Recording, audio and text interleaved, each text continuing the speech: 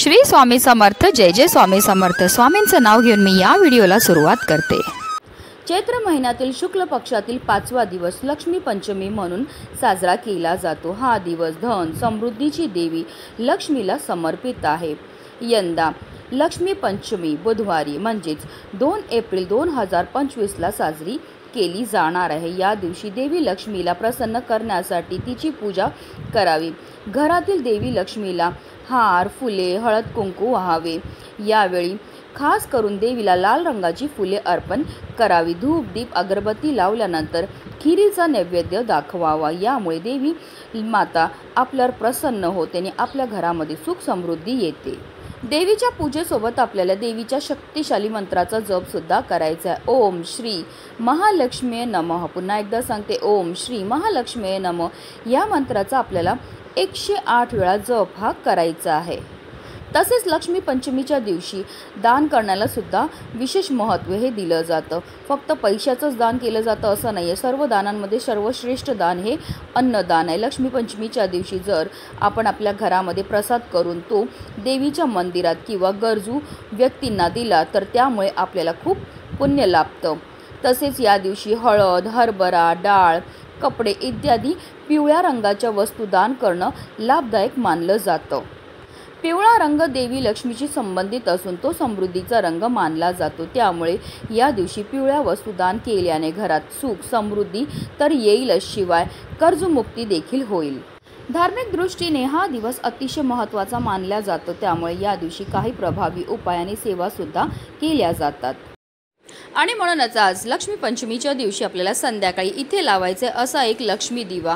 हा दिवा लावल्यामुळे आपल्या 7 पिढ्यांचं दारिद्र्य तर नष्ट होणारच आहे, पण आपल्या घरावर अखंड माता लक्ष्मीची कृपाही होणार आहे आणि तिच्या कृपेने आपली किती कठीणातील कठीण इच्छा ही पूर्ण होणार आहे। अतिशय प्रभावी असा हा उपाय आहे, ज्याबद्दल सविस्तर आणि महत्त्वाची अशी माहिती मी तुम्हाला या व्हिडिओमध्ये देणार आहे। तर व्हिडिओ पूर्ण पहा आणि जर तुम्ही माझ्या चॅनलवर नवीन असतील तर चॅनलला सबस्क्राईब करा आणि शेजारी बेल आयकॉनसुद्धा प्रेस करा, जेणेकरून तुम्हाला माझ्या नवनवीन व्हिडिओचं नोटिफिकेशन हे मिळत राहील आणि तुम्ही एक पण व्हिडिओ मिस करणार नाही। कमेंटमध्ये ओम श्री महालक्ष्मी नमो नमः लिहायला विसरू नका।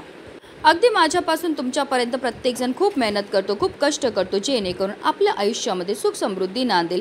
पण बराचदा काय होतं ना, आपल्या घरामध्ये काही दोष असतात किंवा आपल्यामध्ये काही दोष असतात, त्यामुळे सुद्धा आपल्याला कोणत्याही क्षेत्रामध्ये यश मिळत नाही। आपण मेहनत तर करतो, कष्ट तर करतो, पण आपल्या कष्टाला आपल्या नशिबाची साथ ही मिळत नाही। आपल्या घरी पैसा तरी येतो, पण आलेला पैसा टिकून राहत नाही आणि म्हणूनच आपल्याला हा उपाय करायचा। हा उपाय केल्यामुळे आपल्या कष्टाला आपल्या नशिबाची साथ मिळेल, त्याचबरोबर जी अप्राप्त लक्ष्मी आहे ती आपल्याला प्राप्त होईल। आता हा उपाय आपल्याला कधी करायचा आहे, तर हा उपाय आपल्याला आज संध्याकाळी 6 वाजल्यापासून 7:30ची जी वेळ असते ती माता लक्ष्मीची आगमनाची वेळ असते आणि त्या वेळेमध्ये जर आपण काही प्रभावी उपाय केले तर त्यामुळे माता लक्ष्मी आपल्यावर प्रसन्न होते आणि तिचं अखंड आगमन आपल्या घरामध्ये होत असतं।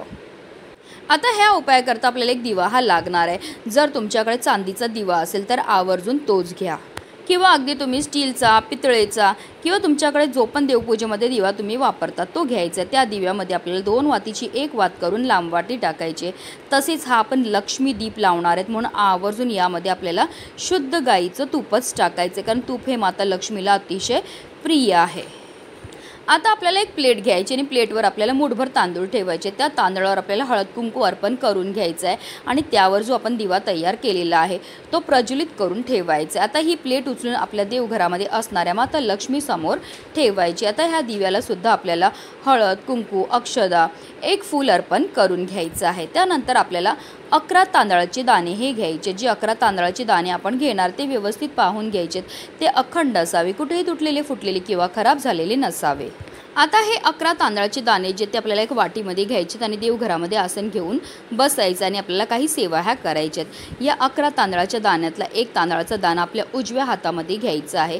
1 वेळा आपल्याला महालक्ष्मी अष्टकमचं पठण करायचं आहे आणि आपल्या मनातली इच्छा बोलून हा जो तांदळाचा दाणा आहे तो आपल्याला जो दिवा आपण महालक्ष्मी मातेसमोर प्रज्वलित केला त्यामध्ये टाकायचं आहे। पुन्हा आपल्याला दुसरा तांदळाचा दाणा घ्यायचा आहे। 1 वेळा महालक्ष्मी अष्टकमचं पठण करायचं आहे। आपल्या मनातली इच्छा बोलून तो तांदळाचा दाणा जो आहे तो आपल्याला त्या दिव्यामध्ये टाकायचा आहे। अशा रीतीने आपल्याला 11 वेळा तांदळाचे दाणे आपल्या उजव्या हातामध्ये घ्यायचे। 11 वेळा आपल्याला महालक्ष्मी अष्टकमचं पठण करायचं आणि 11 वेळा आपल्या मनातली इच्छा बोलून ते तांदळाचे दाणे जे ते आपल्याला त्या दिव्यामध्ये टाकायचे. महालक्ष्मी अष्टकमची सेवा ही अतिशय उच्च कोटीची सेवा मानली जाते माता लक्ष्मीची, आणि ही सेवा केल्यामुळे आपल्यावर फारच लवकर माता लक्ष्मी ही प्रसन्न होत असते. त्यानंतर हात जोडून मनोभावे आपल्याला माता लक्ष्मीचं स्मरण करायचं. आपल्या आयुष्यामध्ये असणारी जी संकट आहेत, विघ्न आहेत, दोष आहेत, दारिद्र्य आहे, ते दूर करण्याकरता मनोभावे प्रार्थना ही करायची की आपली एखादी कोणती इच्छा असेल जी काही केल्याने पूर्ण होत नसेल तर ती इच्छापूर्ती करण्याकरता आपल्याला माता लक्ष्मीला प्रार्थना ही करायची आहे.